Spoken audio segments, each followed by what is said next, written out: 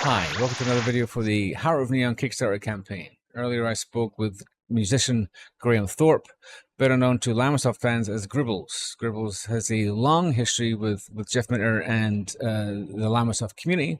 He is one of many musicians who's donated music to the games that Jeff makes and puts into the world. And I spoke to him to talk about his relationship with Llamasoft and to really dig in a little deeper into why creative people want to support Jeff in the way that they do. Enjoy. Graham, thank you today. Could you please introduce yourself to the audience? Okay, so my name, the name my mother gave me is Graham Thorpe. The name a lot of people know me by is Gribbles, which was a very old nickname given to me when I was in my teens, and I tend to have used that throughout all my online days, and it sort of just dropped into place when I started doing music. So everyone in the Llamasoft world knows me as Gribbles because I was always Gribbles back in the day. I mean, just in terms of like a fan level, what was the first Jeff game that you played, and if it wasn't that one, which one did you fall in love with? Well, I think because my memory is shocking. I mean, look at the grey hair and the beard, but I'll do my best. I think the first game I ever bought was Hover Bother. I'm pretty sure it was Hover Bother. The first one I really got into, though, in terms of I can do this and kept coming back to play it, was Revenge of the Mutant Camels. That was the one, because it was just mad. I can remember sitting in my bedroom as a teen, and the thing there was you wanted to get on because you wanted to see what was on the next level, because who knew? Right. That was the thing about Jeff. Who knew what he was going to throw at you and what mechanic you'd have to figure out? And that was really rare back in those days. You know, games were fun, but it was, you know, pick up this, go over here, drop it, do that, shoot this, rinse, repeat, rinse, repeat. And it was great. I mean, you know, some games with those really simple mechanics are absolutely, you know, addiction machines. Yeah, go to one of Jeff's favorites, like Robotron. You know, it's the same thing over and over again with a looping half a dozen screens, but you can't put it down. But Jeff just brought that discovery, that exploration to it. Back to you. Mm-hmm. So are you a musician by trade? Not by trade, no, an absolute hobby. But I've been in bands on and off all my life. So, you know, going back to, again, late 80s, mid to late 80s, when I was in my teens, in and out of a couple of bands.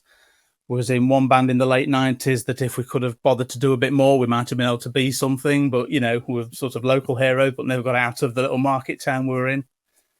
And then I think, like most people, you know, life takes over, career, family, you do bits and bobs.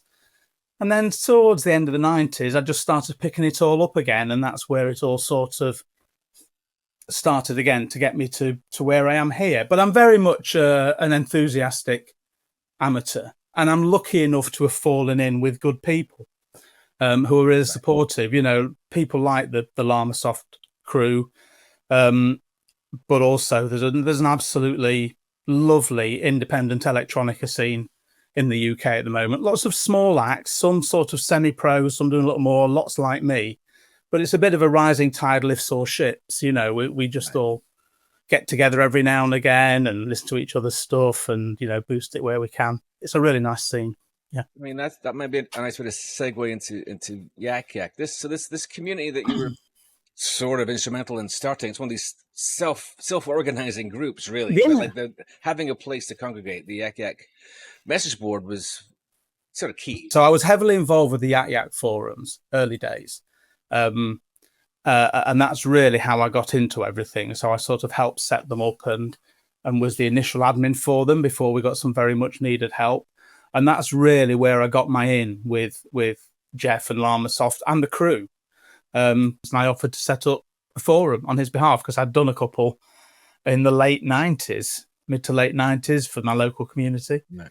And anyway, without, you know, turning this into a long drawn out story, it all sort of blossomed from there. So Jeff has a lot of crowdsourced stuff, as we call it now, in his games. Jeff's not an artist. He's not a musician. Does he ask? Does he canvas for music? Or... Not really, no. I think one of the key things is, and it links back to what I said a few minutes ago in terms of that, Jeff Jeff is an artist at the end of the day, and the art that he produces is very unique, and people love it for that reason. You know, it's not everyone's got sort of favorite games from back in the day, but for a certain type of person or a group of people, the Llamasoft ones just hold that special place for it. And so you sort of do want to say, it's a bit like meeting your favorite musician. You do want to say, look, thanks for all the good times. It's a bit hackneyed and a bit cliched, but it doesn't make it any less true. And it doesn't get any less true the older you are, whatever. You know, you can sort of understand a 15-year-old wanting to go up to their pop star and going, oh, I think you're great. Well, you know, I'm 58 now. I would still walk up to Jeff and say the same thing. God, man, you gave me such good times. And because of that, I think it's just that people want to give back in some way. And a lot of it has to do with the mood, if you like, or the ethos, the culture, if you really wanted to dig into it, of the groups that form around, you know, these artists. And that's what Yak Yak was. And because Jeff's always been very open, you mentioned all the CompuServe stuff, you know, he's been into this stuff and has shared, you know, really honestly and openly all his career.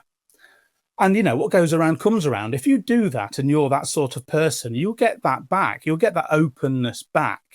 And so he built those foundations quite early, and that's what just came back. So Yak Yak grew quite quickly. You know, we had a couple of thousand, I think, you know, with quite a few hundred active members at its peak, which was pretty good for a niche, you know, little computer gaming forum, as it were. And people do, I think in the most part, people just offer it up, Paul. It's a case of, you know, I've done this, you know, could use it. We had some great artists on Yak Yak. And again, without asking, people did all the emoticon icons and you know, all art for the forum. And they'd just say, hey, look, I've done this. Do you want to use it? Oh, hell yeah, that's great. Look, you know, come on in. And so we did have a forum on there called Musicians, MOOSICians, of course, Musicians, where those of us who were into it would just post bits and bobs of stuff we were playing with, or we'd link to tunes we were listening to. But what evolved was like a little, I think it was monthly. Weekly would have been too quick. I think it was a monthly competition where we'd choose a theme. People would upload songs to do with that theme, and then we'd have a public vote, and the winner would choose next month's theme, rinse and repeat. So there was a real active little community in there. And I think what did happen, I think for Polybius, which was probably the first one where that community contributed music, I mentioned my bad memory earlier. If memory serves, I think we were contacted. It was a little bit of a, we're thinking of, but I'm sure that grew out of, you know, the musicians forum because of the quality of the stuff and the difference of the stuff that was in there. And you see that long list of people in the Polybius soundtrack, you know, there's no repeats, I think. And there's a lot of tunes in there. So at that point, it was a little bit of a, you know, would you like to contribute something? And of course, everyone just went, yes. And there was a little side forum set up, and that's where that sort of grew from.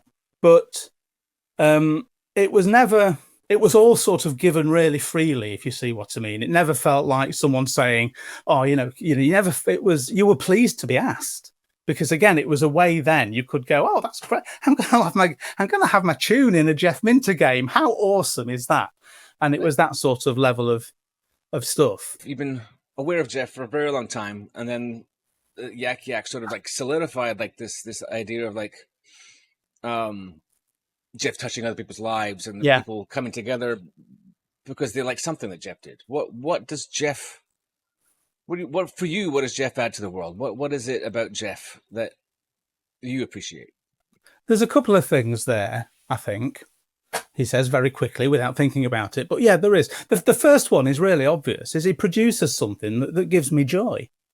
I love playing Jeff's games. And I think it's because there is that, it's been said before in a lot of places, that Britishness about them, I guess. You know, there's that cultural aspect of the old games, the Monty Python references that you used to get in there. You know, I love his wordplay as well. You know, and that comes through in his internet posts as well, which also he's got a unique way of looking at the world. And he's got a unique way of parsing the world, is a better way, I think, of doing it. You know, Jeff will see something and he just sees it differently. And then he points that out and you go, oh, yeah, you know, but you get that through the games. You know, I've only met Jeff a handful of times, you know, and it's been great. You know, you get on, you have a nice natter. So all this stuff has come through the games, the postings, because of, like I said, you know, he's just an honest, open sort of guy. So there's that, you know, that you've got someone there who pretty much throughout, you know, your lifetime has steadily been giving you gifts. Every now and again, he gives you this little gift and goes, look, I've just done this. You might like it. I do like it. It's great. And that's really good. And then, so that's, if you like, you know, the sort of day-to-day stuff. There's a flip side to that, though, which is, and I've often described him as this to other people, I absolutely believe to my core that he and Giles are absolute artists. What they create is an art. And I have a huge respect for artists of any stripe. You know, being an amateur musician, I understand a bit of what it takes to have that drive to get to the level of artistry that they're at. You know, and I've worked in software development. You know, I've worked with developers, and I've always described developers as artists. There's a really unique talent to coding, and coding something beautifully as well. And so there's that level of respect there also. You know, it does sound hackneyed. You know, it did feel like an honour to be involved with Yak Yak in the past, because you were sort of, even if on the periphery, part of this thing that was wonderful. So, yeah, I mean it's been a joy and an honour to be involved at various stages in these different ways in what Llamasoft do. Thank you, Graham. That was perfect. An absolute pleasure. Everybody go sign up for the Heart of Neon Kickstarter. Link is in the description. Thank you very much. Cheers.